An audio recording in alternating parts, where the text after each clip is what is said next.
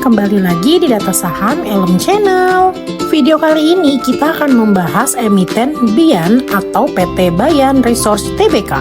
Saham BIAN menjadi salah satu penggerak utama indeks sektor energi sepanjang perdagangan 10-14 Agustus 2026. Indeks energi menguat 0,80% dalam sepekan, sementara BIAN meleset 19,97% ke Rp17.275. Dengan kapitalisasi pasar sekitar 575 triliun, pergerakan BIAN memberikan kontribusi besar terhadap kinerja sektor energi. Pergerakan BIAN sebenarnya relatif datar pada awal pekan. Pada Senin 10 Agustus, saham ditutup Rp12,11, lalu pada 11 dan 12 Agustus, harga praktis tidak bergerak dari Rp12,025. Bahkan pada 13 Agustus, BIAN hanya turun tipis 0,21% ke Rp12.000 dengan nilai transaksi senilai 122,98 juta. Perubahan drastis terjadi pada Jumat 14 Agustus 2026. BIAN melonjak 20% ke Rp14.400. Nilai transaksi yang biasanya relatif kecil tiba-tiba mencapai 17,20 miliar dengan volume 12,71 ribu saham dan 984 transaksi.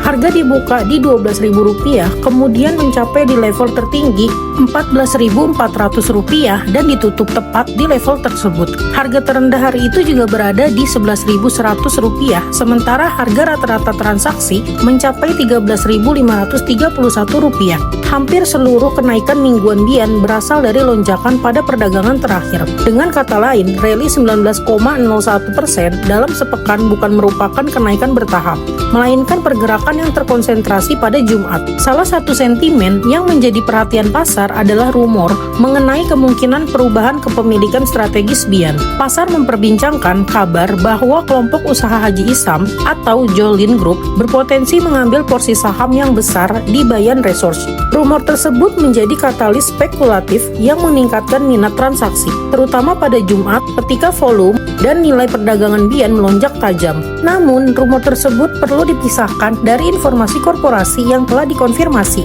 sampai terdapat keterbukaan informasi resmi mengenai transaksi atau perubahan pengendalian. Kabar akuisisi tersebut tetap merupakan sentimen pasar dan bukan dasar fundamental yang sudah terrealisasi.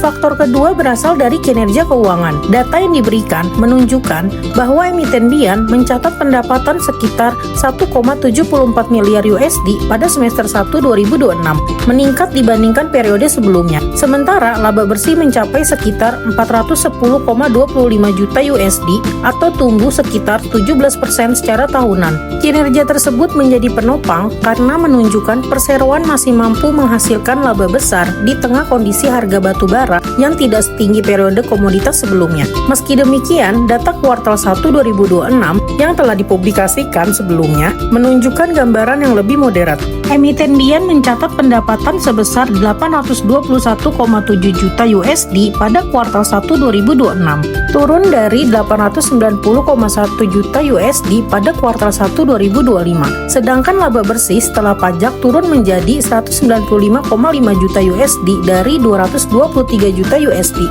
Produksi meningkat menjadi 14,7 juta ton, tetapi volume penjualan turun menjadi 16,4 juta ton dan harga jual rata-rata turun menjadi 49,9 USD per ton.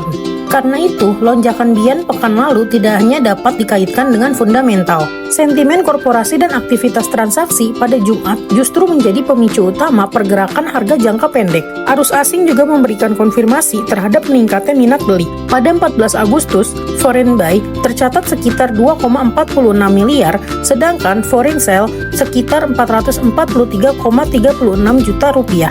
Dengan demikian, terdapat net foreign buy sekitar 2,01 miliar pada perdagangan tersebut. Pada 10 Agustus, asing juga mencatat net buy sekitar 7,28 juta berdasarkan data yang tersedia. Pada 12 Agustus, terdapat net buy sekitar 1,20 juta rupiah.